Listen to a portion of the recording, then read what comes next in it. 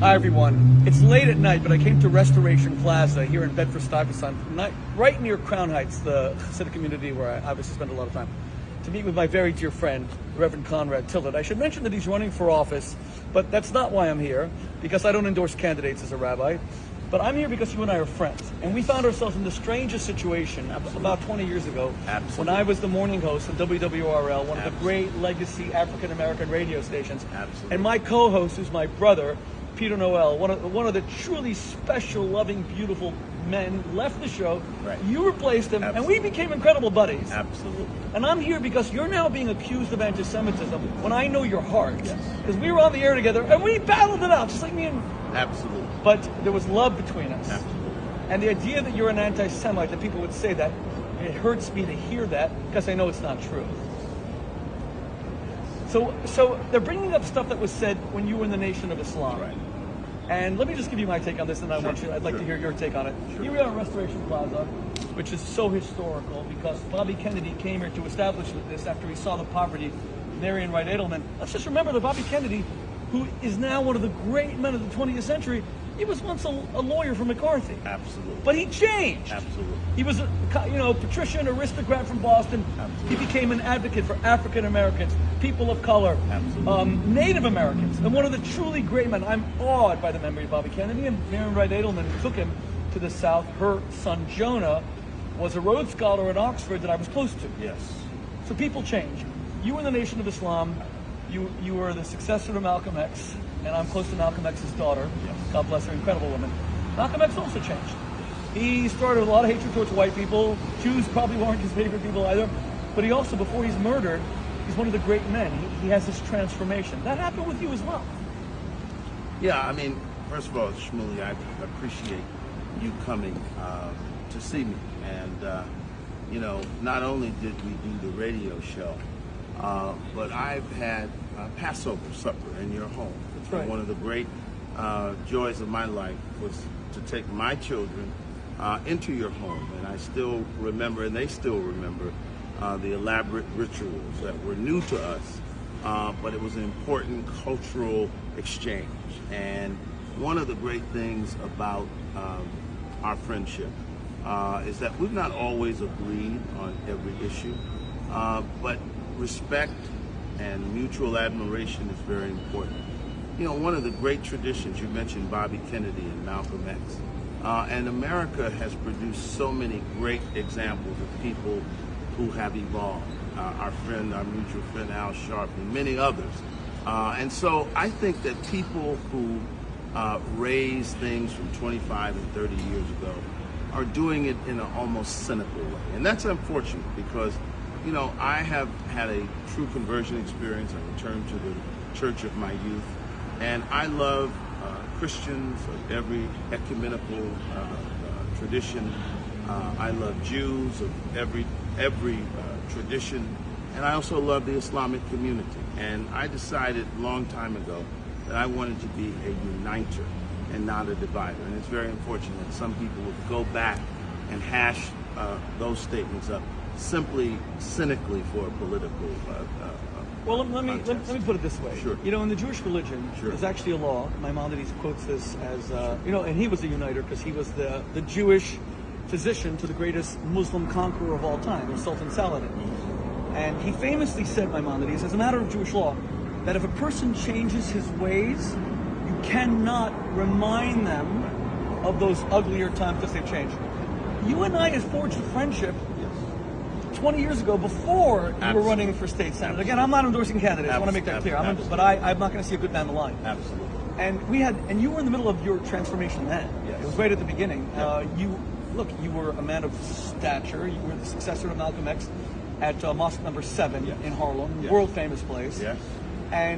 But you were moving away from the nation. And Farrakhan has said really unacceptable things about the Jews that were filled with terrible hate, like termites, and that kind of expression reminds us Jews of the way we were spoken about by Nazis. So that's extremely offensive. But you were on your way back, and it's not about that you came back to Christianity as such a respected minister, because Muslims are great friends and the Jews were brothers. Absolutely. It's rather that you were repudiating a lot of that past as you went through that transformation. And it was brave because you could be rejected by both sides. Does he mean the transformation? And then where you're leaving from, he's abandoning us. Right. And I saw that, and I really enjoyed our friendship. Yeah, I mean, you know, Muhammad Ali said, the man who's the same at 50 that he was at 30 has lost 20 years. And it is true, truly. I mean, you have to remember that I was, as you said, the minister of Mosque Number 7 in Harlem. And I didn't move to Kansas or to other towns to start my ministry. I came right back to the Harlem community, and there at Abyssinian Baptist Church I was ordained. But I also had decided a long time ago that my returning to the church was not against anyone. It was just a conviction that I had, the way the Lord led me. And I realized from that point on that I wanted to be united, to bring people together. And so, you know, all of the branches of the Abrahamic faith are important. And, you know, one of the great things about my experiences, I've worked with Muslims of every persuasion, and I'm learning more about the Jewish community. And I know Christians from every denomination. And we need people who can bring those branches of the Abrahamic faith together. And that's what I'm committed to. And I've done that for the last 25 years. And I will continue to do it. We'll get past these false charges and accusations that go back 25 and 30 years, because we all grow. I don't have to defend them. Not only have you repudiated those, yes, and you don't defend them. No, I mean, I don't have to defend everything I've ever said, right, because we all fall short of the glory of God, and we've all made mistakes, and so I embrace that as a truth. And you've been to Israel now. Oh yeah. You went with Rabbi Michael Miller. Right. And let me just say this. When I made the decision to go to Israel, many people advised me not to. But I said, you know, I need to know. I need to go to Israel. And when I went to Israel, I saw a great country, not without its problems, just like the United States of America.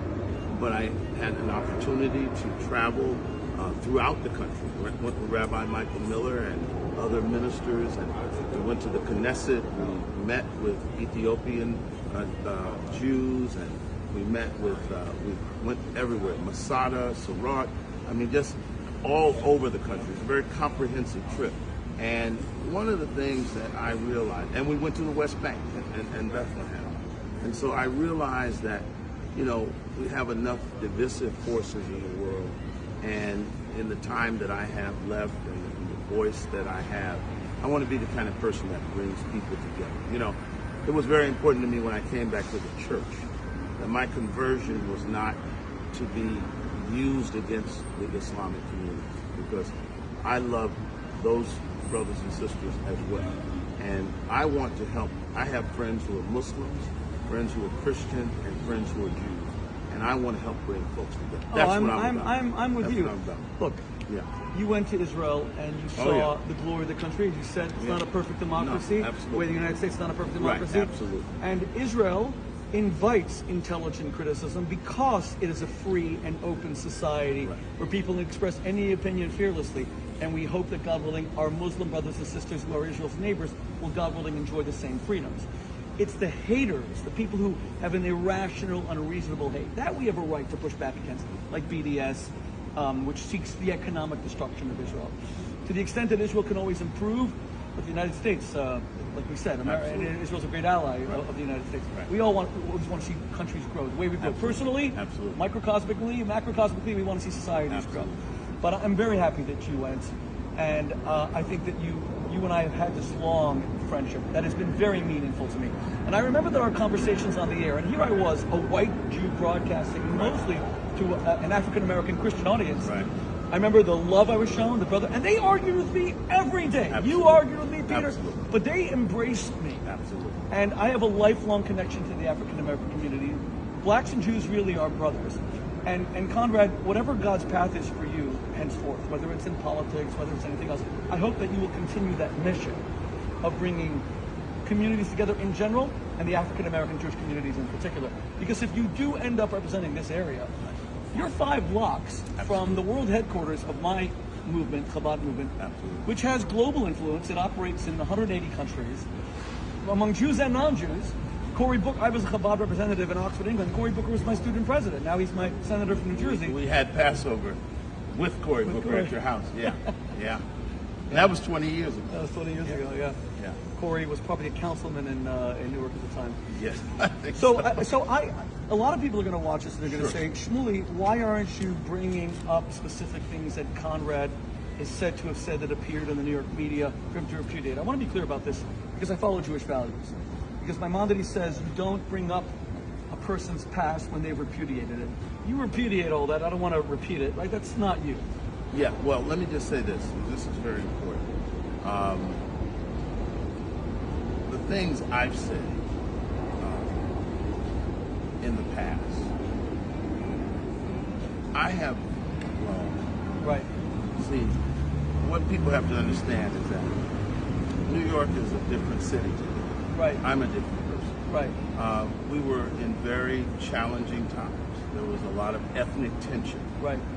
And, you know, I started in the Jesse Jackson Right.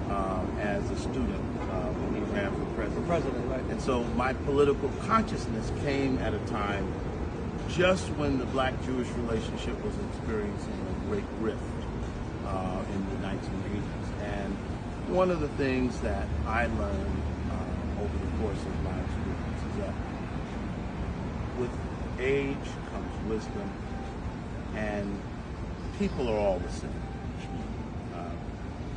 Returning to the church of my youth, I remembered and realized that the people in the church, the people in the mosque, the people in synagogue are all people.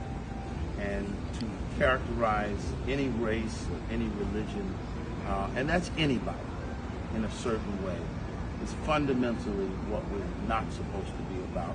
And I've shown for 25 years. That's why they have to go back 30 years to find those statements. Because it's not what you say. A lot of people running for office would repudiate something. But I don't repudiate. What I attempt to do is try to live a life differently. Okay.